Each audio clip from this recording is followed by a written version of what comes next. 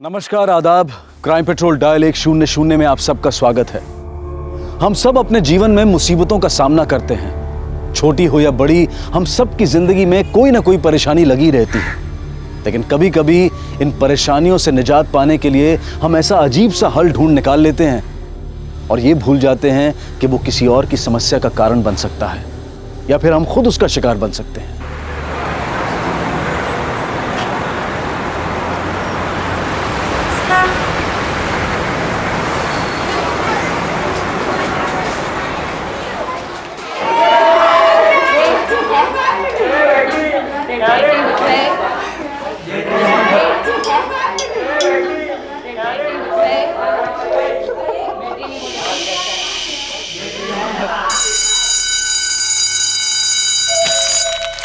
ए सुनना, चल चलते हैं।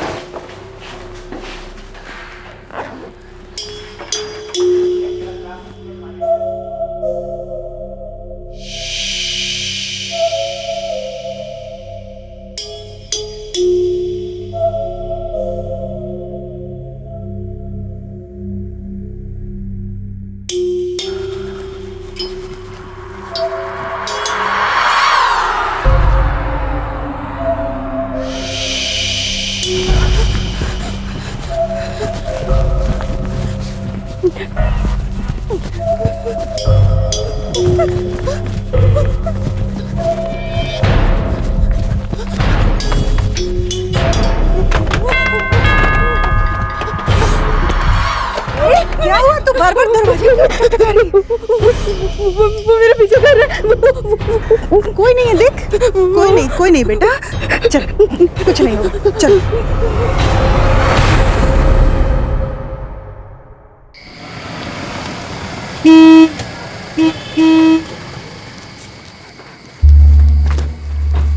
जाना।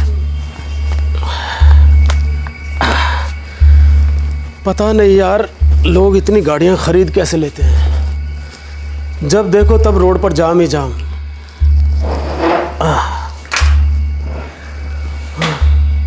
काजल कहाँ है? आई नहीं कोचिंग से? हाँ? अरे तुम दोनों ऐसे एक दूसरे का मुंह क्या देख रहे हो? अरे कुछ बोलते क्यों नहीं? काजल अभी तक कोचिंग से नहीं आई है। पापा, हमने काजल को सब जगह ढूंढा पर पता नहीं कहाँ चली गई है वो। अरे तो तुमने मुझे पहले क्यों नहीं बताया? फोन ही कर देती। हमने सोचा कि आप गाड़ी चला रहे होंगे रास्ते पर। अरे बाहर में गाड़ी।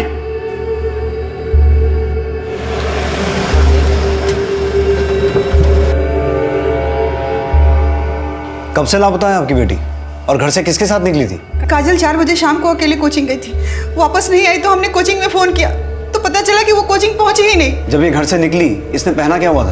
पिंक कलर का टॉप, जीन्स और ग्रे कलर का जैकेट पहनी थी। वो अकेली कहाँ जाएगी सर? मुझे तो बहुत घबराहट। तो उसे अकेले जाने क्यों दिया? तुम में से कोई उसके साथ नहीं जा सकता था क्या? पापा, वो रोज अकेली तो जाती है और हमें क्या पता था कि इस बार ऐसा कुछ हो जाएगा। अरे तो प्रॉब्लम बता के आती है क्या? राकेश जी, 1 मिनट, काजल का मोबाइल नंबर दीजिए। जी, काजल के पास फोन नहीं है। आप लोग रहते कहाँ हैं? हमारा घर शताब्दी रोड के पास है। सर प्लीज मेरी बेटी को ढूंढ दीजिए। पता नहीं किस हालत में होगी सर, प्लीज।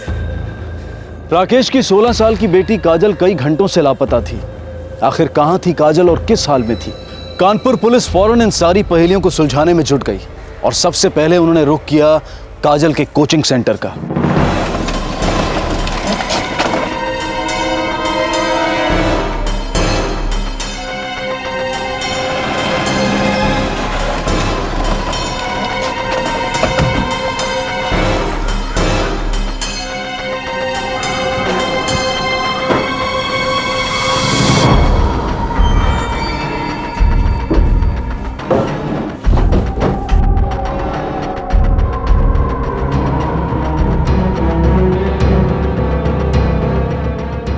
सर, काजल हमें बिना बताए कहीं नहीं जाती। काजल के बिस्तर के नीचे से ये नोट मिला है। मैं मरना नहीं चाहती हूँ, मुझे मत मारना। सर, काजल डरावनी नॉवेल्स पढ़ा करती थी, रात रात भर जगकर भूतिया फिल्में देखा करती थी। वही सब उसके दिमाग में घुस गया है, वहम है और कुछ नहीं। सर हमें तो कुछ नहीं पता कि उसने ऐसा क्यों लिखा। वो किससे डरी हुई थी? सर, काजल के कोचिंग सेंटर से पता चला है कि पिछले 2 दिनों से काजल वहां पर एब्सेंट है। 2 दिन से? Yes sir. और ये भी पता चला है कि काजल की तबीयत अक्सर खराब रहती थी, इसलिए वो वहाँ रेगुलर नहीं थी। काजल की तबीयत खराब थी, इसमें कौन सी अजीब बात है? बीमार कौन नहीं पड़ता है? सर, हमारी बेटी ने अचानक किस हालत में होगी, आप प्लीज प्लीज उसे जल्दी ढूंढ दीजिए प्लीज। काजल के बिस्तर के नीचे से मिला ये नोट हमारे लिए इशारा है शर्मा। मुझे दाल में कुछ काला नजर आ रहा है। एक काम करो, काजल की स्कूल फ्रेंड से बात करो। हमें काजल की लाइफ के बारे में और डिटेल में जानना पड़ेगा, तभी जाके ये क्लियर होगा कि ये नोट महज वहम में लिखा गया या फिर इसके पीछे कोई और रीजन है। सर,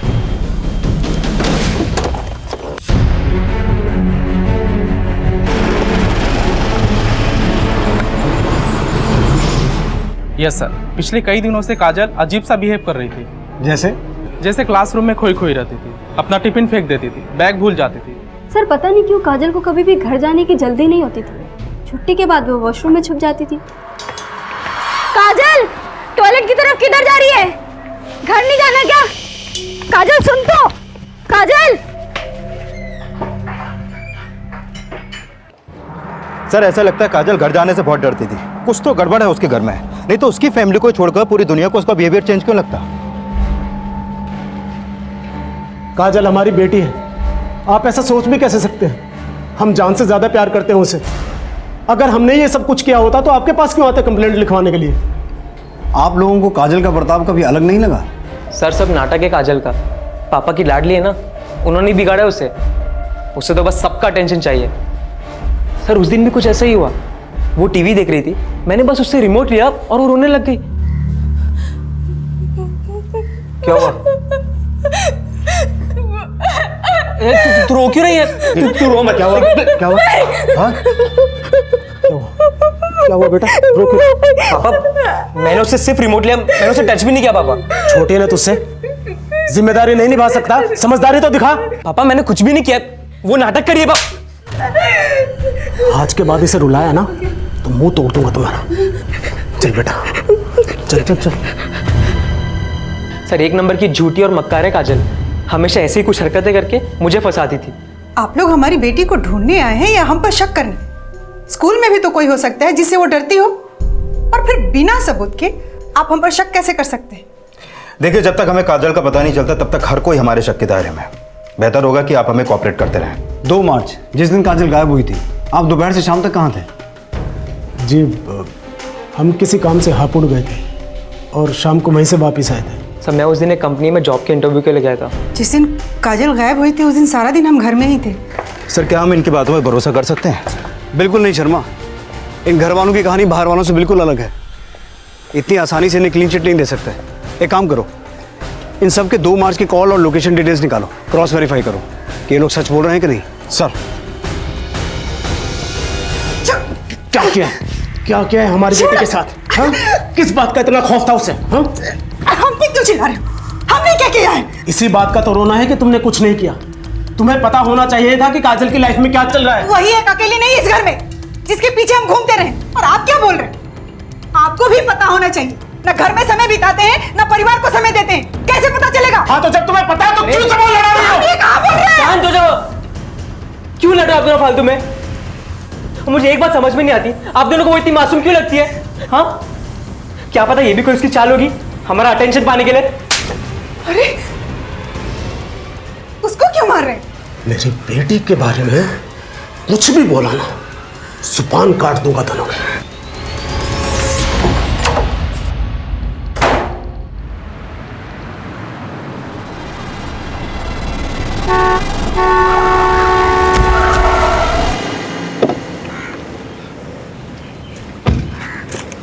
अरे मैडम, सर काजल की पूरी फैमिली के कॉल रिकॉर्ड कल तक आ जाएंगे। ठीक है शर्मा, तब तक ये काम। एक मिनट सर। हेलो, क्या? ठीक है, हम पहुंच रहे हैं। सर काजल मिल गई है।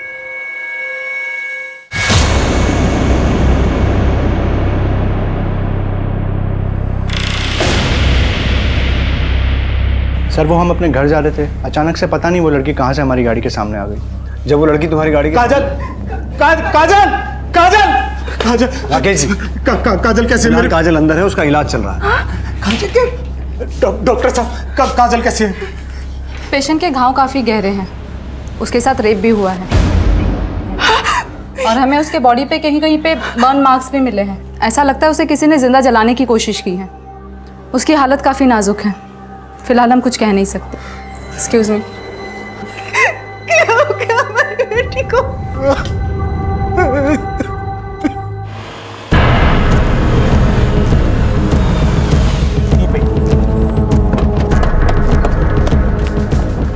सर यहीं पे वो लड़की मेरी गाड़ी के सामने आई थी। यहाँ? जी सर। लड़की आई किस तरफ से थी? सर इस तरफ से। इधर तो जंगल है। शर्मा अंदर जाके चेक करना पड़ेगा, आखिर ऐसी हालत में लड़की आई कहाँ से थी। सर सर ये देखिए, वहाँ घर जैसा कुछ दिख रहा है। हाँ।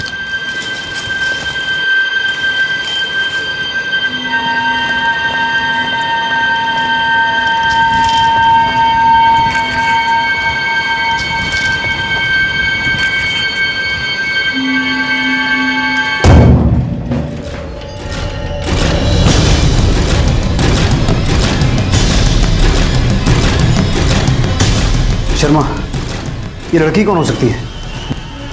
बॉडी पे कोई कपड़ा नहीं है, प्राइवेट पार्ट्स पे फूल रखे हुए हैं, तो मामला क्या है? इस केस में काजल की गुमशुदगी के बाद उसके साथ हुई बलात्कार की वारदात ने सबको चौंका दिया था और तभी एक औरत की लाश मिलने से इस केस में सनसनी फैल गई।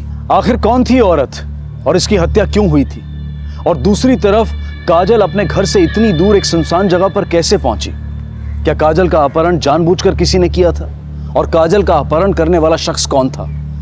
ऐसे कई सवाल थे जो इस केस को और भी पेचीदा बना रहे थे। मुझे कपड़े का टुकड़ा काजल का लग रहा है, क्योंकि काजल की माँ ने जो डिस्क्रिप्शन दिया था उसके हिसाब से काजल ने इसी कलर का टॉप पहना हुआ था। पिंक कलर का टॉप, जीन्स और ग्रे कलर का जैकेट पहनी थी। हो सकता है इस पे लगा खून भी काजल का ही हो। शर्मा मुझे मामला बहुत अजीब लग रहा है। अंदर वो डेड बॉडी और इस जगह को देख के ऐसा लग रहा है कि किसी ने यहाँ तंत्र मंत्र किया है। सर हमने आसपास बहुत ढूंढा लेकिन मर्डर वेपन कहीं नहीं मिला। ये जगह इतनी अंदर है, मुझे लगता है हमें यहाँ कोई विटनेस भी नहीं मिलेगा। एक काम करो शर्मा, इस लड़की की फोटो आसपास के सभी पुलिस स्टेशन में भिजवाओ, हो सकता है इसकी मिसिंग कंप्लेंट कहीं दर्ज हुई हो। सर एक मिनट सर। हेलो ठीक है सर, काजल की फैमिली के कॉल डिटेल्स आ गए हैं। पूरी फैमिली ने हमसे झूठ बोला है। 2 मार्च जिस दिन काजल गायब हुई थी, तुम्हारे फोन की लोकेशन कल्याणपुर की थी, तो हमसे झूठ क्यों बोला कि तुम हापुड़ में थे? जिस दिन काजल गायब हुई थी आप दोपहर से शाम तक कहाँ थे? जी हम किसी काम से हापुड़ गए थे। दरअसल सर हम नहीं चाहते थे कि हमारे घर वालों को इस बात का पता चले। किस बात का? राकेश माजरा क्या है? माजरा कुछ नहीं है सर। काजल के पापा हमेशा हमारी ज़रूरतों को फिजूल खर्ची समझते। उस दिन भी हम शॉपिंग करने गए थे, इसलिए झूठ बोल दिए। जिस दिन काजल गायब हुई थी उस दिन सारा दिन हम घर में ही थे। सिर्फ इसी वजह से झूठ बोला या इसके पीछे कोई और राज है? और कोई राज नहीं है सर, सिर्फ एक यही राज है कि हमारी एक गर्लफ्रेंड है और उस दिन हम उसी के साथ बाहर डेट पे गए थे। वो एक्चुअली घर वालों के सामने ये सब बात करने में अच्छा नहीं लगता, इसीलिए उस दिन आपके सामने हमने झूठ बोला। सर मैं उस दिन एक कंपनी में जॉब के इंटरव्यू के लिए गया था। ये एक ही झूठ है कि और कहीं झूठ तुमने छुपा के रखे हैं? नहीं सर, वो हमें सट्टा लगाने की आदत है और कभी कभी पी भी लेते हैं, बस इसलिए झूठ बोला सर। इसे पहचानते हो? नहीं, कौन है ये? हमें नहीं पता ये कौन लड़की है, हम पहली बार देख रहे हैं। नहीं सर, पहले कभी नहीं देखा। सर मुझे तो इनमें से एक की बात पर भी भरोसा नहीं हो रहा, क्योंकि जब काजल गायब हुई थी इनमें से एक ने भी सच नहीं बोला था कि उस समय ये कहाँ थे। और अब इस लड़की को भी पहचानने से इनकार कर रहे हैं जिसकी लाश हमें उस जगह से मिली जहां पर काजल को गायब करके रखा गया था। और सर मैंने आसपास के सारे पुलिस स्टेशन में क्रॉस चेक किया, इस लड़की की मिसिंग कंप्लेंट हमें कहीं भी नहीं मिली। एक काम करो Sharma, national missing person database में भी इस लड़की के बारे में सर्च करो, शायद कुछ पता चले। और इन घर वालों ने अब जिन जगहों के नाम लिए हैं वहाँ एक बार क्रॉस चेक करो। काजल की क्या रिपोर्ट है? सर अभी तक उससे होश नहीं आया है। इस केस में आगे बढ़ने के लिए काजल का होश में आना बहुत जरूरी है।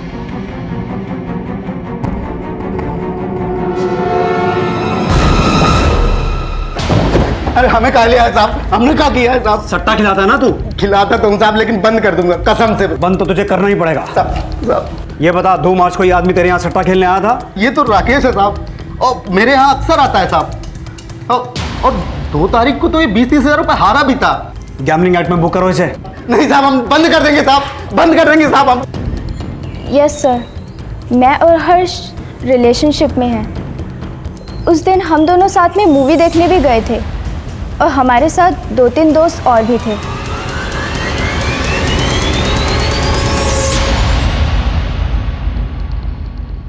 सर, जिस लड़की की लाश हमें मिली थी उसकी पोस्टमार्टम रिपोर्ट किसी शार्प ऑब्जेक्ट से इसका गला काटा गया है, हो सकता है किसी ब्लेड से। बाकी पूरी बॉडी पे कोई भी इंटरनल इंजरी नहीं और ना ही इसके साथ कोई सेक्सुअल असॉल्ट हुआ है। मर्डर 3 तारीख को सुबह 8 से 12 के बीच हुआ था। काजल की उस कार से टक्कर भी तो लगभग इसी वक्त हुई थी। हाँ सर।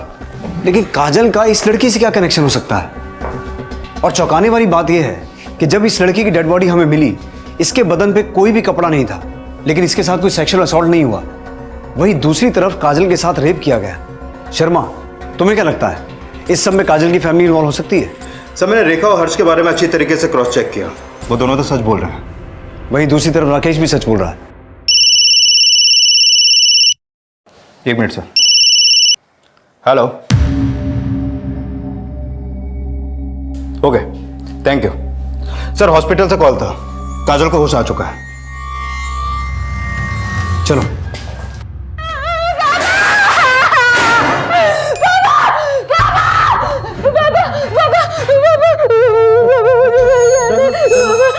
हम है ना, सब ठीक हो जाएगा, हम है ना। काजल बेटा, आप घबराओ मत, हम हैं यहाँ, आपके साथ कुछ नहीं होगा। आप सिर्फ ये बताओ कि जिस दिन आप कोचिंग के लिए निकली थी उसके बाद क्या हुआ था आपके साथ? मुझे घर जाना है पापा, घर चलेंगे, मार डालेगा। ये आपकी मदद करना चाहते हैं। तुम्हारे साथ जिसने भी ये सब कुछ किया है ना, उसके बारे में बताओ।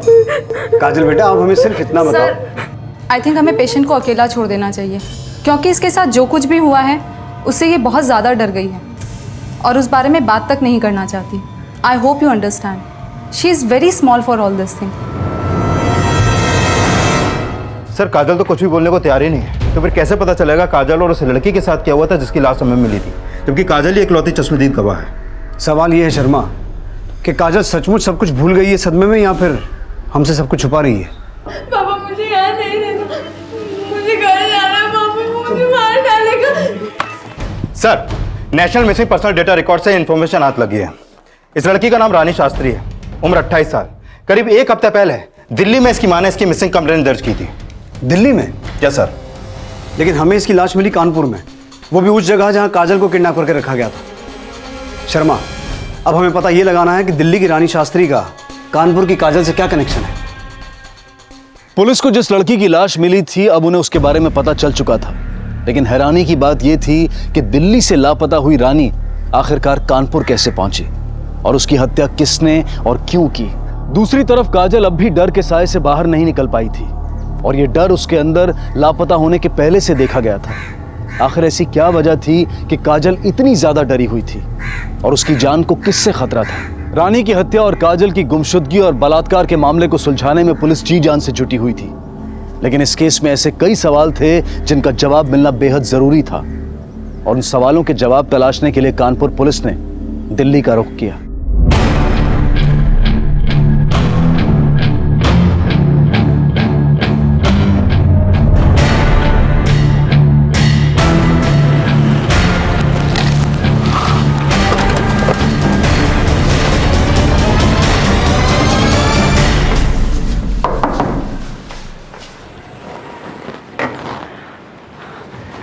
रानी?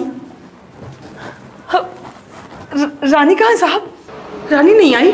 हाँ जी, आपके लिए एक बुरी खबर है। बुरी खबर? आपकी बेटी रानी अब इस दुनिया में नहीं है। क्या?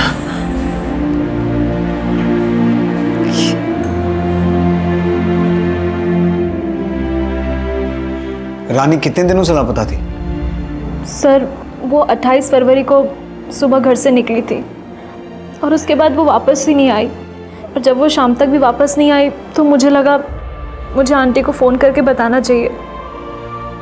साहब, हम अमदाव में रहते हैं। जैसे ही माला ने मुझे फ़ोन किया, हम तुरंत वहाँ से चले आए और आते ही पुलिस में कंप्लेन की। साहब, मेरी इकलौती बच्ची थी रानी, बड़ी ही मेहनती थी, नौकरी की तलाश में थी, मगर अच्छी नौकरी उसे नहीं मिल पा रही थी साहब। माँ, मैं कोशिश कर तो रही हूँ ना। आप चिंता मत करो, कुछ ना कुछ जरूर हो जाएगा। चिंता ना करूं? कैसे चिंता ना करूं? हाँ, जो हमने कर्ज लिया है उसका सूद दिन ब दिन बढ़ता जा रहा है। हमें तो डर है कि कहीं तेरे पिताजी की आखिरी निशानी वो भी हाथ से ना निकल जाए। रानी, मैं तुझसे बात कर रही हूँ, सुन रही है तू? सुन, तू कैसे भी करके कोई भी नौकरी कर ले। हाँ, नहीं तो हम सब बर्बाद हो जाएंगे हम बर्बाद हो जाएंगे।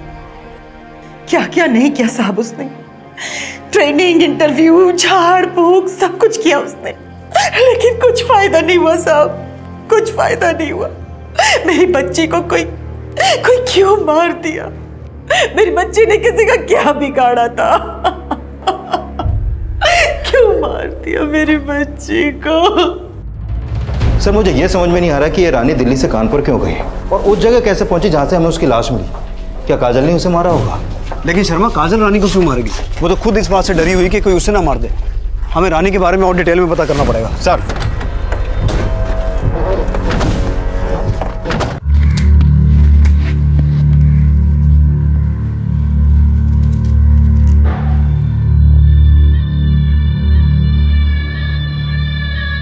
बेटा, लो बेटा, खा लो। Very good. सर, रानी की कुछ डिटेल्स मिली हैं। 1 मार्च को रानी ने कानपुर के लिए टिकट बुक की थी और उसके कॉल रिकॉर्ड के मुताबिक वो कानपुर के किसी पंकज बिश्नोई से फोन पे बातें करती थी। पंकज बिश्नोई? तो क्या रानी दिल्ली से कानपुर पंकज बिश्नोई से मिलने आई थी?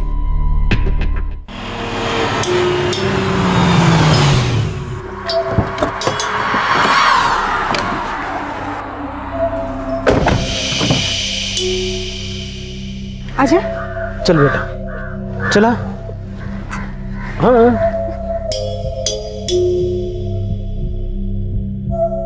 पापा है ना?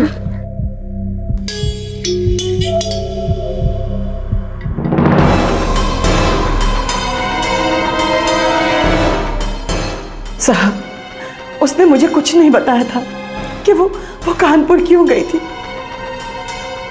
माला, तुम और काजल दोनों साथ में रहते थे। काजल ने तुम्हें कुछ तो बताया होगा। नहीं सर, ट्रस्ट मी, मुझे तो ये भी नहीं पता था कि उसने कानपुर की टिकट बुक करवाई थी और पता नहीं वो वहाँ क्यों गई थी। मेरा बच्चा सारा खाना खाएगा।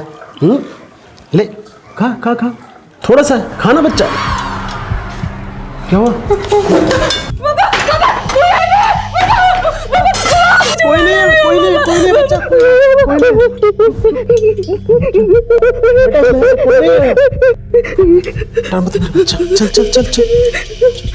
कोई कुछ नहीं कहेगा, हम है ना? चल। सर, ये पंकज पेशे से नाई है और यहाँ पास में ही उसकी दुकान है। नाई? काजल और रानी का एक नाई से क्या कनेक्शन हो सकता है? आओ देखते हैं।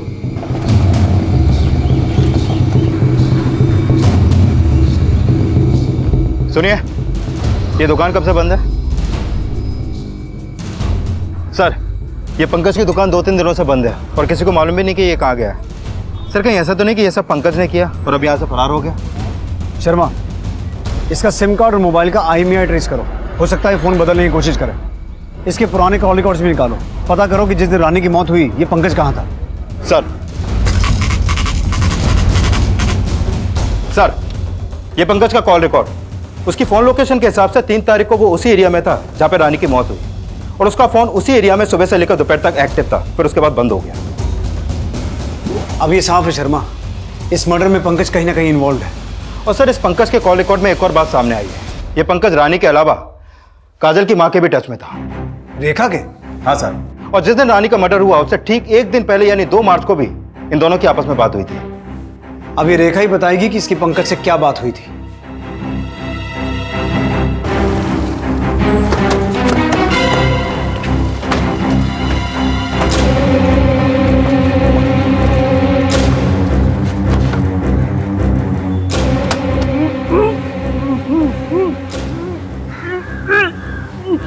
अंदर से किसी की आवाज आ रही है।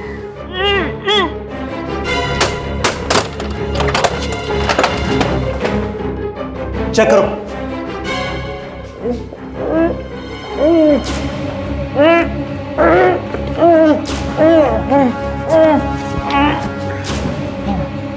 किसने किया है सब?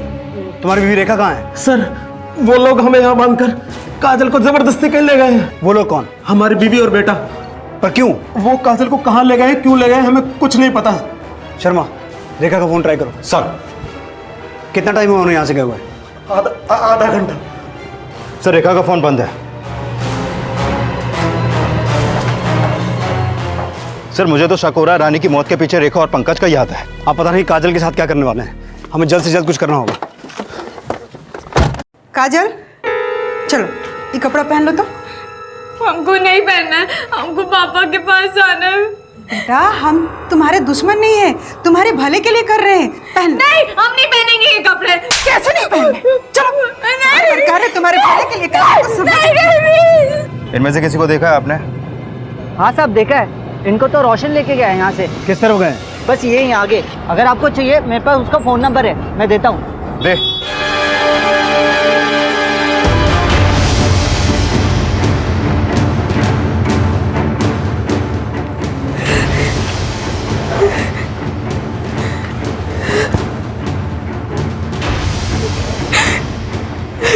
ठीक है सर, मेरी रोशन से बात हुई। उसने उन्हें सीतापुर कानपुर हाईवे पर एक खंडर के पास छोड़ा है।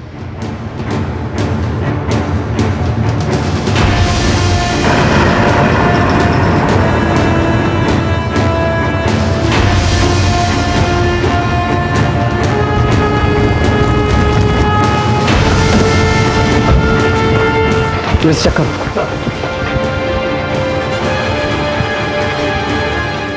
क्या नाटक कर रहे हो ये सब? बंद करो। खोलो इसे। छोड़ो। क्या कर रहे थे तुम लोग वहां? अपनी बेटी की शादी एक बकरे से करवा रहे थे? सर हम जो कर रहे थे ना अपनी बेटी के भले के लिए कर रहे थे।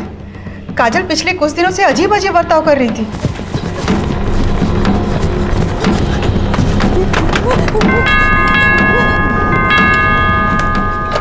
क्या हुआ? तू बार बार दरवाजे वो मेरे पीछे कर रहा है, वो मुझे मार डालेगा। मम्मी वो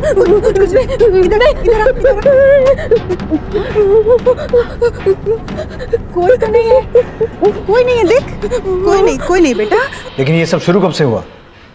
अचानक से एक दिन शुरू हो गया सर, और धीरे धीरे हालत और भी खराब होती चली गई। काजल बेटा खाना।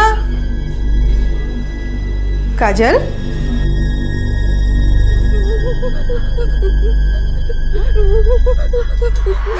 काजल क्या हुआ? उधर नीचे आजा। माँ है बेटा, नीचे आ। हाँ? वो घर में मैं इसको देखा, वो मुझे मार डालेगा। कोई नहीं मारेगा। हम समझ गए थे सर कि काजल के साथ क्या हो रहा है। क्या?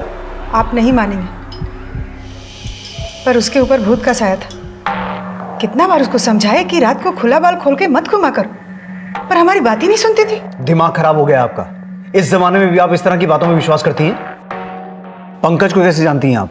सर पंकज के बारे में हर्ष ने बताया था। बता दो। सर पंकज पेशे से तो नहीं था, पर हमने सुना था कि वो तंत्र मंत्र भी करता है। पंकज भाई, मेरा प्रमोशन रुका पड़ा है, चलाओ ना कोई चक्कर। अरे तुम तो दुनिया भर के जंतर मंतर भी जानते हो। एक काम करो, आज रात में तुम घर पे आ जाओ, कल तुम्हारे हाथ में सुबह सुबह प्रमोशन लेटर होगा। अच्छा। वो पंकज दुनिया को दिखाने के लिए नाई का काम करता है सर, लेकिन असली काम उसका झाड़ फूक का है। नज़र उतारने से लेकर भूत उतारने तक का सब काम करता है। हमने काजल का भूत उतारने के लिए पंकज से बात किया था। मतलब आपकी बेटी काजल की ये हालत पंकज और आपकी वजह से हुई है। आगे क्या हुआ? पंकज ने कहा कि काजल को लेकर हम उसके घर पे आ जाएं। बहुत पावरफुल आत्मा है इसके अंदर। इसको 2 दिन के लिए छोड़ के जाओ, हम सब सही कर देंगे। जी बाबा। काजल के भूत उतारने के बदले में हमने पंकज को बहुत सारे पैसे और जेवर दिए।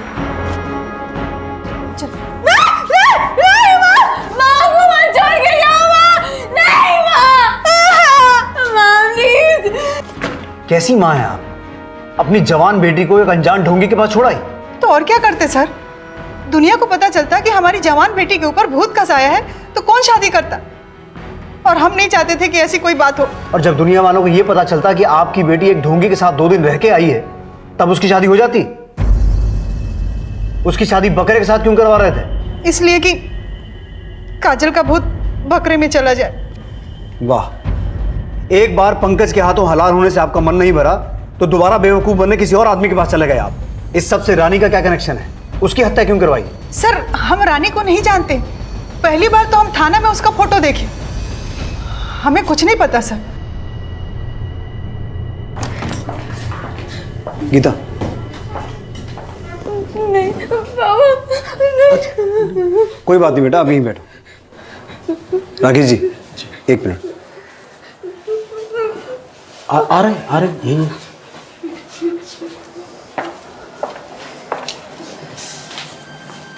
देखिए, मैं जानता हूँ कि इस बात को एक्सेप्ट करना थोड़ा मुश्किल है, लेकिन काजल की हालत मेंटल डिसऑर्डर की तरफ इशारा कर रही है।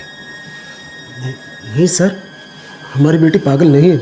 हम भी ये नहीं कह रहे हैं कि आपकी बेटी पागल है, लेकिन मेंटल डिसऑर्डर एक सीरियस इशू है जिसे एड्रेस करना बहुत ज़रूरी है। मुझे ऐसा लगता है कि हमें काजल को एक साइकियाट्रिस्ट को दिखाना चाहिए, जिसके लिए हमें आपकी परमिशन की ज़रूरत है। लेकिन सर, काजल की ऐसी हालत नहीं है। आप चिंता मत कीजिए Rakesh ji, I am sure कि इससे काजल की हालत सुधरेगी और हमें भी इस केस में आगे बढ़ने में मदद मिलेगी। प्लीज़।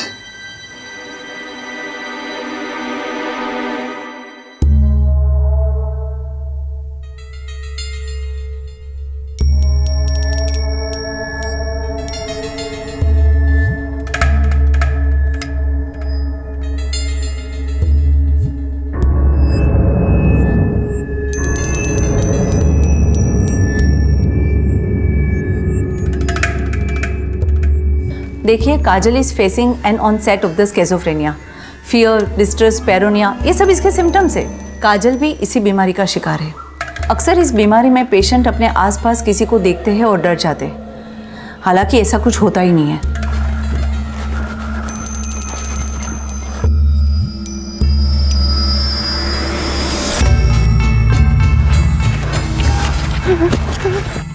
नॉर्मल लोग इस बीमारी को समझ नहीं पाते और लोगों को लगता है कि पेशेंट ने भूत को देख लिया। अच्छा, उस दिन काजल के साथ क्या हुआ था, इसके बारे में कुछ बताया? जी हाँ, बिल्कुल। काजल ने बताया कि उस वक्त उसके साथ क्या हुआ था। प्लीज हमको जाने दो, प्लीज हमको जाने दो,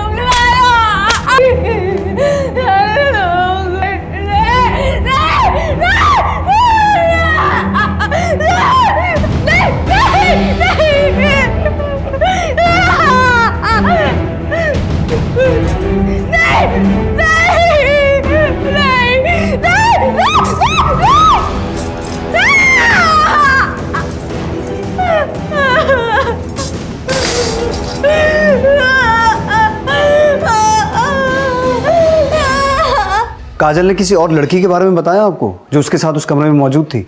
सेशन के बीच में उसने किसी लड़की का जिक्र तो किया था, पर उस लड़की के बारे में बताया नहीं। वो बहुत ज़्यादा डरी हुई थी, वो जोर जोर से रोने लगी।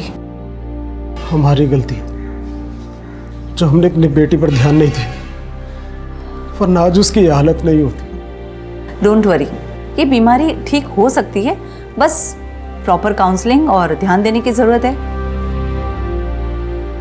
काजल का केस तो सॉल्व हो गया, लेकिन रानी को किसने मरवाया ये अभी तक क्लियर नहीं हुआ। सर, मुझे लगता है रानी का खून उस तांत्रिक पंकज ने किया होगा, पर अभी वो कौन से बिल में छुपा बैठा है पता नहीं। इस पंकज का पास प्रेजेंट सब खंगालो, जिस बिल में भी छुप के बैठा है हमें उसे खोद के निकालना है। सर,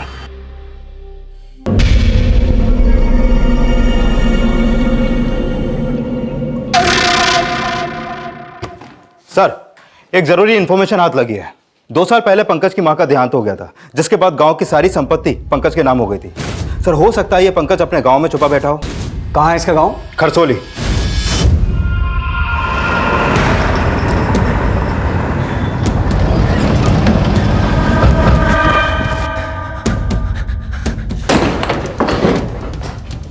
पंकज बिश्नोई। जी साहब। चलिए पंडित जी, अब आपका भूत उतारने की बारी है। मर जाएंगे साहब, सब बता रहे साहब, बुलवा तो हम लेंगे। तेरी ये खातिरदारी तो लोगों को उल्लू बनाकर उनकी जिंदगी खराब करने के लिए है। एक 16 साल की लड़की के साथ रेप किया तूने, उसे इतना मारा, उसे जलाने की कोशिश की। बोल क्यों किया है सब, बोल। वो साहब, हमको ये करने में बहुत मजा आता था साहब। तंत्र मंत्र के बहाने तो हम उनसे मजे लेते थे साहब, और उनसे पैसे भी लेते थे साहब। अरे साहब, रानी को क्यों मारा? साहब हमने नहीं मारा साहब, वो खुद चल के आई थी हमारे पास नौकरी के लिए तंत्र मंत्र कराने साहब। लेकिन साहब वो बहुत सही समय पर आई थी। काजल के अंदर का भूत निकाल के किसी दूसरी लड़की के अंदर डालने के ढोंग करने के लिए मैंने काजल को अपने पास रखा था। उसी समय रानी आई साहब। रानी को फंसाने के लिए हमारे दिमाग में एक प्लान आया, और मैंने रानी से कहा, तेरा बुरा साया इस लड़की के अंदर डालना पड़ेगा। बाबा ये तो बहुत छोटी है। नौकरी चाहिए ना तुम्हें? अगर तुझे नौकरी चाहिए तो तेरे अंदर का बुरा साया इस लड़की पे डालना पड़ेगा, क्योंकि तुम्हारे अंदर का बुरा साया तुम्हारे लिए कुछ भी अच्छा नहीं होने दे रहा है। अगर तुम्हें हमारी बात नहीं माननी है तो जाओ यहां से। नहीं बाबा जी, आप जैसा कहेंगे मैं वैसा करने के लिए तैयार हूँ। मुझे नौकरी की बहुत ज़रूरत है, मेरी मदद कीजिए।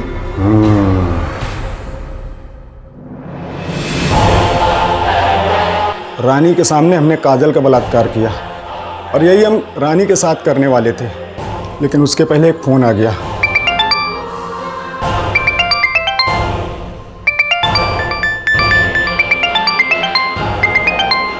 हेलो, हाँ हम आ रहे हैं, बस अभी आए। सुनो, अभी हम वापस आके बाकी की पूजा करते हैं। पर बाबा ये तो बेहोश हो गई, इसको हॉस्पिटल लेके जाना। ये बेहोश नहीं हुई, शुद्धिकरण हुआ इसका, और हम वापस आकर के तुम्हारा बुरा साया इसके शरीर में डालेंगे। तब तक तुम इसका ख्याल रखना।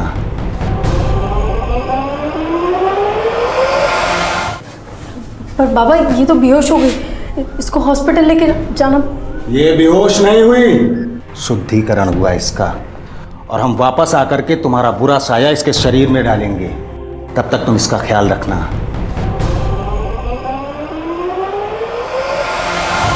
जब हम आधे घंटे के बाद वापस आए तो देखा रानी मरी पड़ी है और काजल वहाँ नहीं थी साहब। तो हम डर गए कि हम कहीं फंस न जाए, इसलिए हमने सारा सामान इधर उधर फेंका और हम वहाँ से भाग लिए। झूठ मत बोल, रानी को तू नहीं मारा है, ये बता क्यों मारा? साहब हमने नहीं मारा है साहब। जब हमने कबूल किया कि काजल का बलात्कार हमने किया तो हम रानी को मारने के बाद भी कबूल कर लेते साहब। हमने नहीं मारा रानी को साहब। रानी को तेरे बारे में किसने बताया था? वो बोल रही थी कि उसके किसी दोस्त ने हमारा नंबर उसको दिया साहब। हम सच बोल रहे हैं साहब, हमने नहीं मारा। पंकज के हिसाब से रानी को पंकज का नंबर उसके किसी दोस्त ने दिया था। एक काम करो शर्मा, रानी के कॉल रिकॉर्ड्स निकालो और उसके फ्रेंड्स की एक लिस्ट बनाओ, और ये पता लगाने की कोशिश करो कि उसके फ्रेंड्स में से 3 मार्च को मर्डर वाली लोकेशन के एरिया में कौन मौजूद था। सर,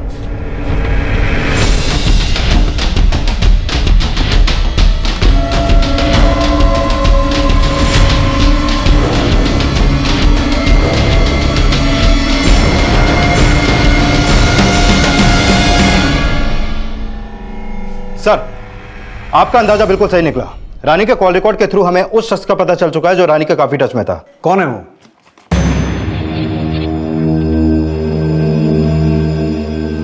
देखो, हमें ये तो पता चल चुका है कि रानी की हत्या तुम्ही ने की थी।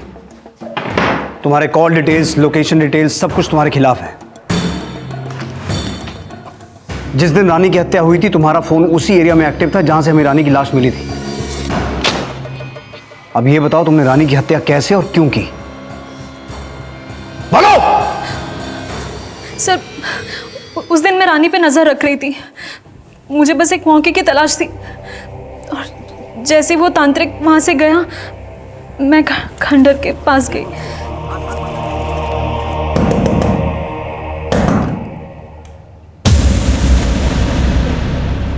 माला, तू यहाँ क्या कर रही है?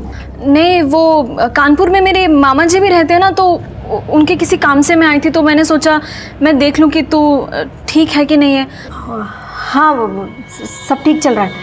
देख, तू यहाँ से जा, तेरे लिए जगह ठीक नहीं है। हाँ, मैं तुझे बाद में मिलती हूँ। क्यों? ऐसा क्या है? तू जा यहाँ से, जा माला। मगर ऐसा क्या है? अरे ये लड़की कौन है? देख, ये सब ना पूजा की विधि है, और तू टेंशन मत ले, इसको कुछ हुआ नहीं है, ये सिर्फ बेहोश है। तू प्लीज यहाँ से जा, मैं सब कुछ तुझे बाद में बताऊंगी। तू पर रानी, उधर उस खिड़की पे कोई है। खिड़की पे कौन?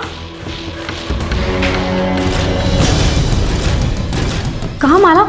इधर तो कोई भी नहीं दिख।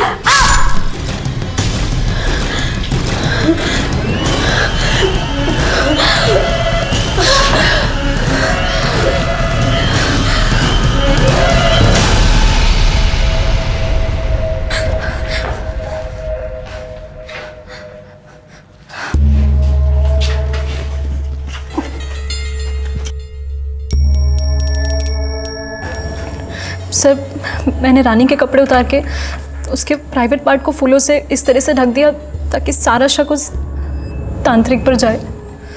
लेकिन रानी को मारा क्यों? वो तो तुम्हारी दोस्त थी ना। सर, क्योंकि मैं उससे नफरत करती थी। हम 1.5 साल से दिल्ली में स्ट्रगल कर रहे थे। हम दोनों साथ में ही दिल्ली आए थे, दोनों साथ में ही रहते थे, साथ में ही सारे सपने देखे थे। पर यहाँ मैट्रिक पास लोगों को कौन नौकरी देता है? हम दोनों बहुत परेशान थे सर। और उस दिन, उसके बाद हमने एक IT कंपनी में इंटरव्यू भी दिया।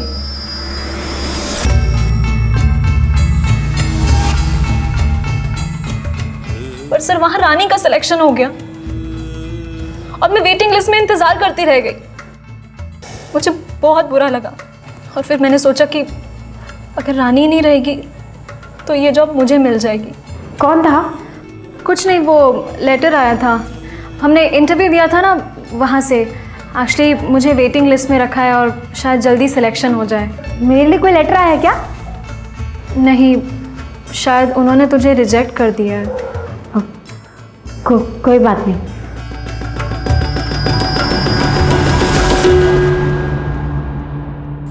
सर, रानी की तरह मेरे भी कुछ सपने थे, मुझ पे भी मेरे घर वालों की जिम्मेदारियां थी, मुझे भी कुछ करके दिखाना था। और फिर मेरे घर वालों ने मुझे अल्टीमेटम दिया कि अगर इस बार मेरी जॉब नहीं लगी तो मेरी शादी करवा देंगे, फिर चाहे मेरी मर्जी हो या ना हो। और इसीलिए मैंने रानी को मारने का प्लान बनाया, क्योंकि उसके मरने से ये जॉब मुझे ही मिलती। एक कहावत सुनी है, जो दूसरों के लिए गड्ढा खोदते हैं वो खुद उसी में गिरते हैं। जिस जॉब के लिए तुम एटलीस्ट वेटिंग लिस्ट में आई थी, अब तुम उसके काबिल भी नहीं हो, क्योंकि अब तुम एक मुजरिम हो।